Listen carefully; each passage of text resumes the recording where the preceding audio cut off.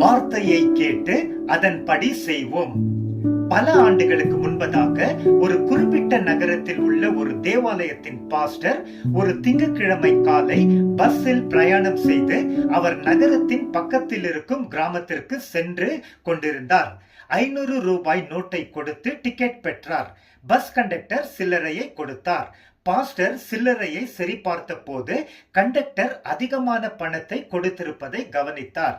Pastor போக வேண்டிய கிராமத்திற்கு அருகில் வந்தபோது கண்டக்டரிடம் சென்று அதிகமாக கொடுத்த பணத்தை அவரிடம் திருப்பி கொடுத்து, தம்பி, நீங்கள் அறியாமல் அதிகமாக பணத்தை எனக்கு திருப்பி கொடுத்தீர்கள் என்றார்.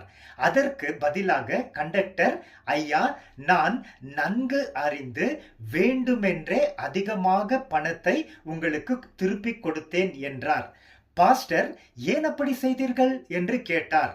அதற்கு கண்டக்டர், நான் தற்செயலாக நேற்றைய தினம் உங்கள் சர்ச்சிற்கு வந்தேன். ஆராதனையில் கலந்து கொண்டேன். களவு செய்யாதிருப்பாயாக என்ற தலைப்பில் நல்ல ஒரு செய்தியை நீங்கள் கொடுத்தீர். நன்றாக போதிக்கின்ற நீங்கள் உங்கள் பிரசங்கத்தை நீங்களே பயிற்சி செய்கின்றீர்களா என்று உங்களை சோதிப்பதற்காக இப்படி செய்தேன் என்று சொன்னான். பிரியமானவரே, நம் சிந்தையை தூண்டும் சம்பவமாக இருக்கிறது. வேதத்தை வாசித்து மற்றும் செய்திகளை கேட்கின்ற நான் சத்திய வேதத்தில் தேவன் போதிக்கின்றபடி நடந்து கொள்கின்றேனா என்பது எனக்கு உண்மையான பரீட்சை.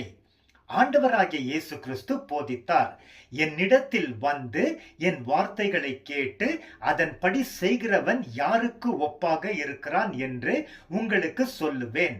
ஆழமாக தோண்டி கற்பாறையின் மேல் அஸ்திபாரம் போட்டு வீடு கட்டுகிற மனிதனுக்கு ஒப்பாக இருக்கிறான். பெருவெள்ளம் வந்து நீரோட்டம் அந்த வீட்டின் மேல் மோதியும் அதை அசைக்க முடியாமல் போனது. ஏனென்றால் அது கன்மலையின் மேல் அஸ்திபாரம் போடப்பட்டு இருந்தது. லூக்கா 6:47-48.